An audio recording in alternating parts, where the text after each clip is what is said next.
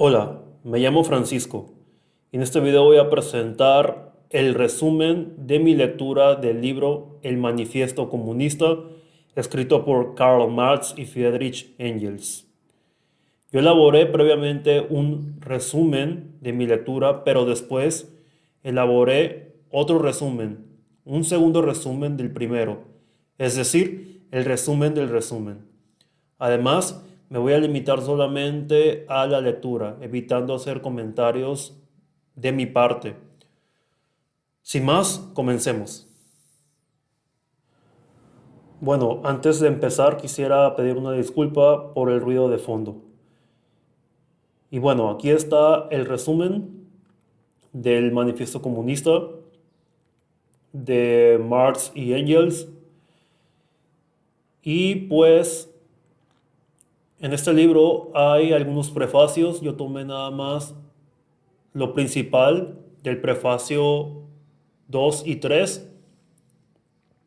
En el prefacio 2 dice: la idea fundamental y sostenida del manifiesto de que la producción económica y la estructura social determinada por ella forman en cada época histórica la base de la historia política e intelectual de esa época, que, por consiguiente, y a partir de la abolición de la primitiva propiedad común de la tierra, toda la historia ha sido una historia de lucha de clases, luchas entre clases explotadas y explotadoras, dominadas y dominantes, en los diversos grados del desarrollo social, que esta lucha, empero, ha alcanzado hoy un grado en que la explotada y oprimida, el proletariado, no puede librarse de la clase que explota y oprime, la burguesía, sin librar al mismo tiempo y para siempre a la sociedad entera de la explotación, la opresión y la lucha de clases.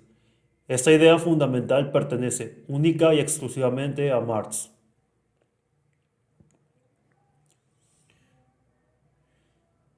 Y en el prefacio 3 dice así: en 1847 se comprendía bajo el nombre de socialistas a dos clases de gente.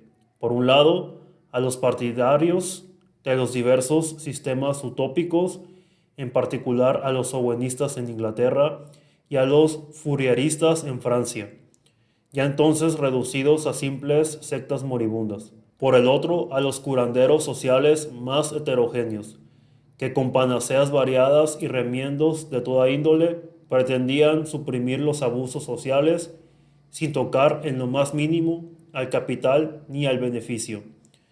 En ambos casos se trataba de gente colocada al margen del movimiento obrero y que buscaba, más que otra cosa, el apoyo de las clases cultas. En cambio, aquel sector obrero que, convencido de la insuficiencia de las simples subversiones políticas, exigía una transformación fundamental de la sociedad. Se llamaba entonces comunista. Bueno, a partir de aquí ya empieza el manifiesto como tal y pues aparecen cuatro capítulos. El primero se llama Burgueses y Proletarios. Así empieza.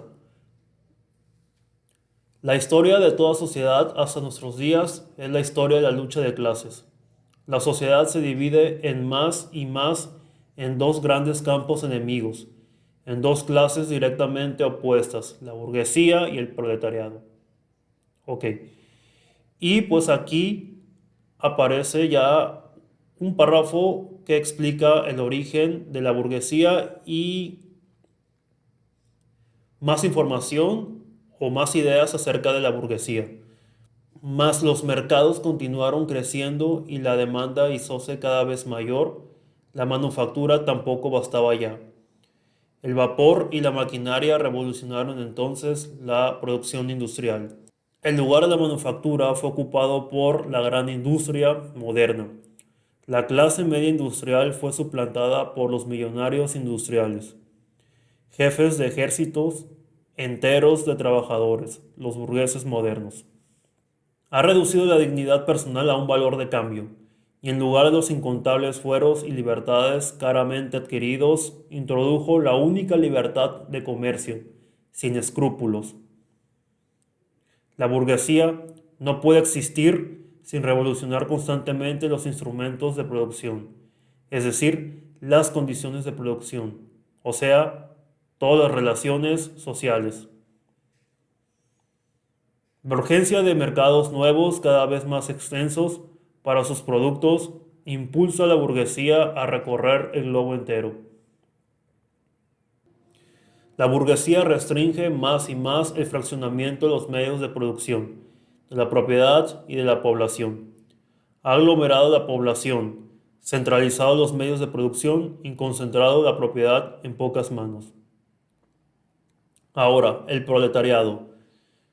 En la misma medida en que se desarrolla la burguesía, es decir, el capital, se desarrolla también el proletariado, la clase de los trabajadores modernos que subsisten únicamente mientras encuentran trabajo y que únicamente encuentran trabajo cuando éste incrementa el capital.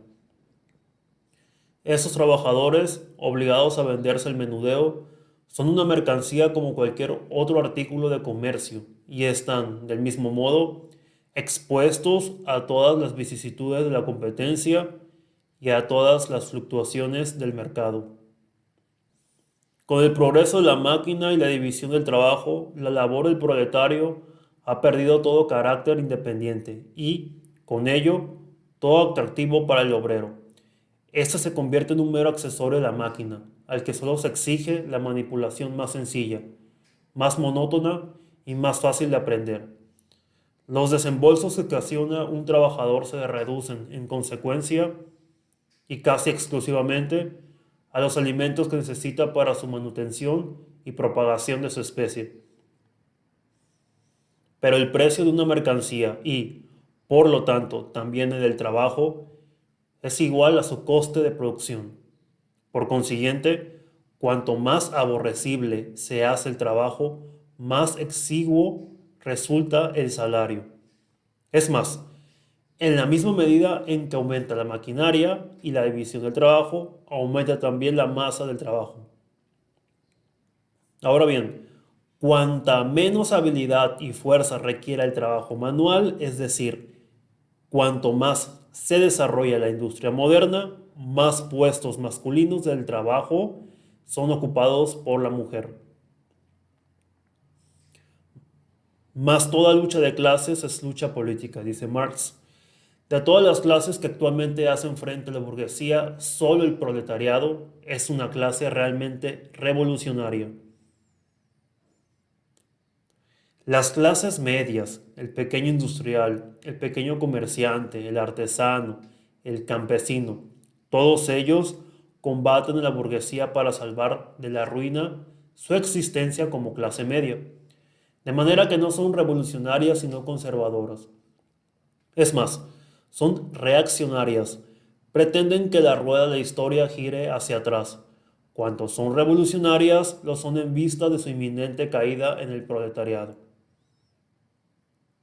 La condición esencial para la existencia y la dominación de la clase burguesa es la acumulación de riquezas en manos particulares, la formación y la multiplicación del capital. La condición de existencia del capital es el trabajo asalariado. El trabajo asalariado descansa exclusivamente en la competencia de los obreros entre sí.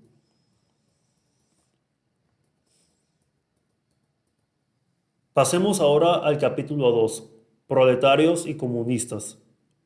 ¿Quiénes eran los comunistas?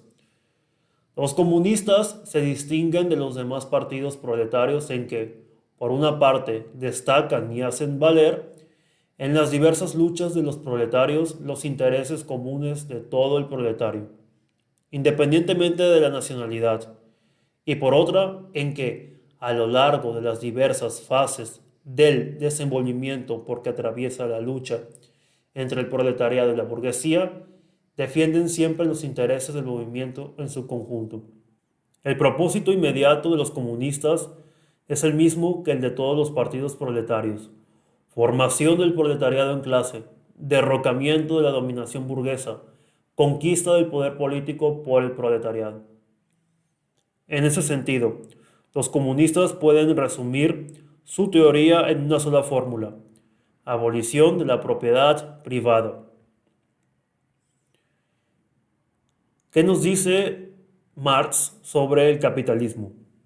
Bueno, ser capitalista significa ocupar no solamente una posición personal en la producción, sino una posición social. El capital es un producto colectivo que solo puede ser puesto en movimiento por la actividad mancomunada de muchos miembros de la sociedad y, en última instancia, aún de todos sus miembros. De suerte que el capital no es un poder personal, es un poder social. El precio del trabajo asalariado es el mínimo de salario, es decir, la suma de los medios de subsistencia necesarios para conservar la vida del obrero como tal. Queremos solamente abolir el carácter miserable de esta adquisición, en que el obrero vive únicamente para incrementar el capital, únicamente en tanto lo requiere el interés de la clase dominante. La burguesía habría sucumbido a la desidia, porque en su sistema los que trabajan no ganan, y los que ganan no trabajan. El burgués ve en su mujer un mero instrumento de producción. Oye decir que los instrumentos de producción deben ser explotados colectivamente. Los comunistas no necesitan introducir la colectividad de las mujeres. Ha existido casi siempre. He aquí un cuestionamiento que hace Marx que me parece muy interesante. Él plantea, hay necesidad de una gran perspicacia para comprender que, al cambiar las condiciones de vida del hombre, sus relaciones sociales y su existencia social, cambian también sus ideas, sus criterios y sus conceptos, en una palabra, su conciencia. He aquí otra idea más sobre el proletariado. El proletariado empleará su poder político para arrebatar poco a poco todo el capital a la burguesía, para centralizar todos los instrumentos de producción en manos del Estado, es decir, del proletariado organizado como clase dominante y para multiplicar con la mayor rapidez posible el volumen de las fuerzas productivas. Llegamos ahora al capítulo 3 de literatura socialista y comunista. Citemos como ejemplo la Philosophie de la misère de Proudhon. Los socialistas burgueses quieren las condiciones de vida de la sociedad moderna, sin las luchas ni los peligros que fatalmente surgen de ella. Quieren la sociedad existente, descontando los elementos que la subvierten y disuelven. Quieren la burguesía sin el proletariado. El desarrollo del antagonismo de clases guarda el paso con el desarrollo de la industria. No encuentran tampoco las condiciones materiales de la emancipación del proletariado y se empeñan en la búsqueda de una ciencia social y de leyes sociales para crear esas condiciones. Y por último, el capítulo 4 del Manifiesto Comunista, que se llama Actitud de los comunistas ante los diferentes partidos de oposición. En una palabra, los comunistas apoyan en todas partes cualquier movimiento revolucionario contra las condiciones sociales y políticas existentes. En todos estos movimientos ponen de relieve la cuestión de la propiedad. Declaran abiertamente que sus fines solo pueden lograrse por la subversión violenta de todo el orden social existente. Esta última idea sí me sorprendió bastante. Y ese es el fin del Manifiesto Comunista. Muchas gracias por ver este video. Espero que este resumen haya sido de su agrado. Hasta la próxima.